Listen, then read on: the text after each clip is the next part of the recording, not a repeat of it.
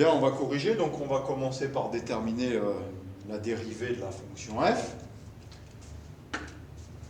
Dérivée de 4x plus 3, alors on a un produit, donc on va dériver notre fonction produit, hein, u fois v, u'v plus uv', on commence par dériver 4x plus 3, c'est 4, la dérive exponentielle, on n'y touche pas, plus on réécrit notre première fonction, et la dérivée d'exponentielle, c'est elle-même.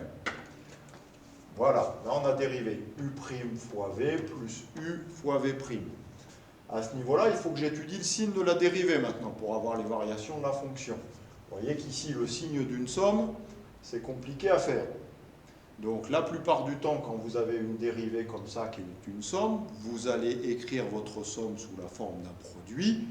On va factoriser cette expression. On voit qu'on a ici exponentielle x, on a un facteur commun. Donc on va réécrire notre dérivée en factorisant. Si vous voulez, vous avez exponentielle x, facteur de 4. 4 exponentielle x, j'ai le premier terme de ma somme. Et exponentielle x fois quelque chose, ça me fait 4x plus 3 exponentielle x. Donc j'ai derrière 4x plus 3. J'ai enlevé les parenthèses. 4 exponentielle x, premier terme de ma somme. 4x plus 3 exponentielle x, deuxième terme de ma somme. Je fais le calcul dans mes parenthèses et j'arrive à exponentielle x facteur de 4x plus 7. Voilà ma fonction dérivée que j'ai écrite sous la forme d'un produit. Maintenant, il faut déterminer le signe de la dérivée. La fonction exponentielle, c'est toujours positif. Il faut déterminer le signe de la fonction affine 4x plus 7. Donc ça, on avait appris à le faire. On a une fonction affine, la représentation graphique c'est une droite, il faut trouver la valeur où ça coupe l'axe des abscisses. On va résoudre l'équation, 4x plus 7 égale 0, 4x égale moins 7, x égale moins 7 quarts. Petit dessin pour réfléchir.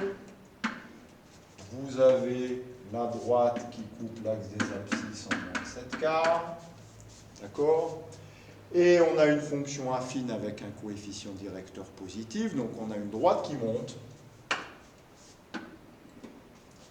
On voit donc que ma fonction affine s'annule en moins 7 quarts. Avant moins 7 quarts, c'est négatif. Après moins 7 quarts, c'est positif.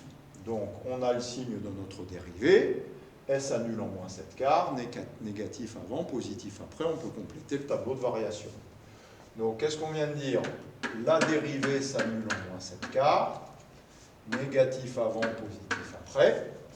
Ce qui nous permet, la dérivée est négative, la fonction est décroissante. La dérivée est positive, la fonction est croissante. On a déterminé les variations de la fonction f.